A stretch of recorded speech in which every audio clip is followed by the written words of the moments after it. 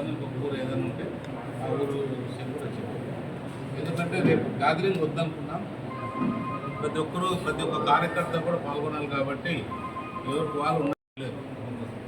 చంద్రబాబు నాయుడు గారు రేపు ఎమ్మెల్యేలు కూడా రావద్దనే పరిస్థితి ఉంది.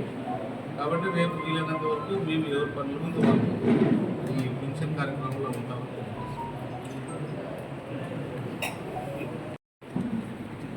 రేపు నేను కళ్యాణదుర్గం పట్టణంలోనే ఉంటున్నా. ఎస్సీ కాలనీలోకి పోయి ఒక అక్కడ పెన్షన్ కార్యక్రమంలో అందరికీ నమస్కారం. అప్పుడే నెల అయిపోయి మరి ఇంకో నెలలే గడువు పెడుతున్నాం. రేపు అంటే మనం ఏదైతే పేదవాళ్ళు ఏదైతే ఉన్నారో అందరికి కూడా రేపు 4,000 రూపాయలు పెన్షన్, అలాగే 6,000 రూపాయలు రకరకాల పెన్షన్స్ ఏ రూపంలో ఉన్నాయో అవన్నీ కూడా రేపు చంద్రబాబు నాయుడు సమక్షంలో మన ఉమ్మడి జిల్లా అయిన మడకశిర ప్రాంతంలో రేపు డిస్ట్రిబ్యూట్ చేయడం జరుగుతుంది. మా నాయకుడు చంద్రబాబు నాయుడు, అలాగే deputy chief minister Pawan Kalyan గారు, నారా లోకేష్ గారు ప్రతి ఒక్కరికి ఒకటే చెప్పారు. ప్రతి ఒక్క కార్యకర్త, ప్రతి ఒక్క నాయకుడు, ప్రతి ఒక్కరూ ప్రతి చోట ఏ దానికి సంబంధించి ఆ కాలనీలో ఉండి ఆ డిస్ట్రిబ్యూషన్ కార్యక్రమాల్లో కూడా పాల్గొనాలని తెలియజేయడం జరిగింది. అందులో భాగంగా మేము కూడా ప్రతి ఒక్క చోట కూడా తిరగడం, ప్రతి ఒక్క చోట కూడా వీలైనంత వరకు అందరికీ అందేటట్టు రేపే 96% నుంచి 100% అందరికి కూడా ఈ పెన్షన్స్ అందే విధంగా కృషి చేయమని చెప్పారు. ఖచ్చితంగా ఆ విధంగానే కృషి చేస్తాం. అధికారులతో కూడా మాట్లాడాల్సిన అవసరం ఎంతైనా ఉంది. ఇంకా ఇప్పుడు దాకా మేము మాట్లాడలేదు. ఇప్పుడే మడకశిరకు పోయి చూసుకొని వచ్చాం. నాకు తెలిసినంత వరకు మేము మడకశిరకు పోయాల్సిన అవసరం కూడా పడదేమో. ఎందుకంటే ఇక్కడే ఉండి కార్యక్రమాలను చూసుకోమని చెప్తున్నారు. మేము కూడా మా నాయకులందరూ కూడా ఒకటే కోరుకుంటున్నాం. మీరందరూ కూడా మీ గ్రామాల్లో రేపు ఏ ఒక్కరు కూడా మనం ప్రజావేదిక రావద్దండి. కూడా రేపు ప్రతి గ్రామంలోనూ ప్రతి వార్డులోనూ అందరూ కూడా మీరు కూడా పాల్గొనాలి.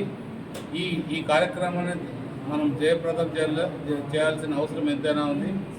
ఎందుకంటే ఇదంతా నీతి నిజాయితీగా కరెక్ట్గా ప్రతి ఇంటికి అందించాల్సిన బాధ్యత మన పైన ఉంది. కాబట్టి మీరు కూడా పాల్గొని అన్ని జయప్రదం చేయమని చెప్పడం జరిగింది చంద్రబాబు నాయుడు గారు.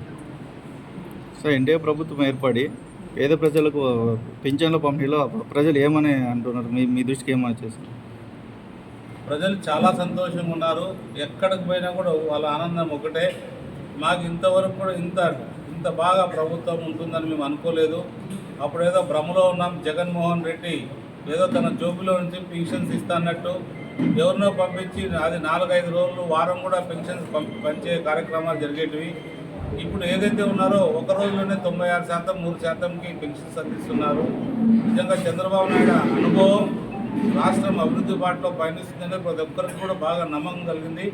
వాళ్ళతో పాటు బీదవాళ్ళు, ముఖ్యంగా బీదవాళ్ళకు కూడా చెప్పాడు. ఇంటికి 4 లక్షల రూపాయలు ఏదైతే వాళ్ళు ఇల్లు కట్టుకోవాలనుకుంటున్నారో వాళ్ళకి 2,50,000 రూపాయలు కేంద్రం, 1,50,000 రూపాయలు మన రాష్ట్రం, రెండు కలిపి 4 లక్షల రూపాయలు ప్రతి ఇంటికి కూడా ఇవ్వడం జరుగుతుందని తెలియజేశారు.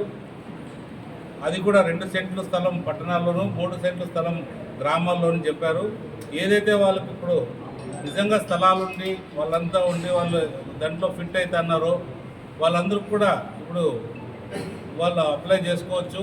ఇళ్ళకు సంబంధించి అన్ని విధాలు కూడా అర్హులు ఉండే వాళ్ళందరూ కూడా అప్లై చేసుకోవచ్చు. గడిచిన 5 ఏళ్లలో ఏదో రకంగా దోపిడీకి గురయ్యారు వీళ్ళందరూ కూడా. మా కార్యకర్తలు కావచ్చు, నిజమైన ప్రజలు, ఇల్లు లేనలు కూడా కావచ్చు. వాళ్ళందరూ కూడా ఏదో రకరకాలుగా 5 మూటలు సిమెంట్ ఇచ్చి ఇంట్లో ఇబ్బందులు పెట్టుకున్నారు. ₹1 వాళ్ళ అకౌంట్లోకి వేసి వాళ్ళకి ఇంట్లో రాకుండా పరిస్థితుంది. దాన్ని కూడా అది ఏదైతే ఉన్నాయో వాళ్ళకి ఇబ్బందులు అవన్నీ తొలగించేదానికి కూడా ప్రయత్నిస్తున్నాం. అవన్నీ తొలగించి వాళ్ళకు కూడా ఇండ్లు వచ్చే ఏర్పాటు కూడా చేస్తాం. నిజంగా మన కళ్యాణదుర్గం నియోజకవర్గంలో నాకు తెలిసి చాలా ఇండ్లు కావాలి. ఆ ఇండ్లు ఎన్ని కావాలనేది ఇప్పుడు రాబోయే ఆగస్టు 20వ తారీఖు, 25వ తారీఖు అన్నీ కూడా డీటెయిల్స్తో వస్తాయి. దాని అది వచ్చిన తర్వాత మీ అందరూ కూడా మరి కూడా తెలియజేయడం జరుగుతుంది.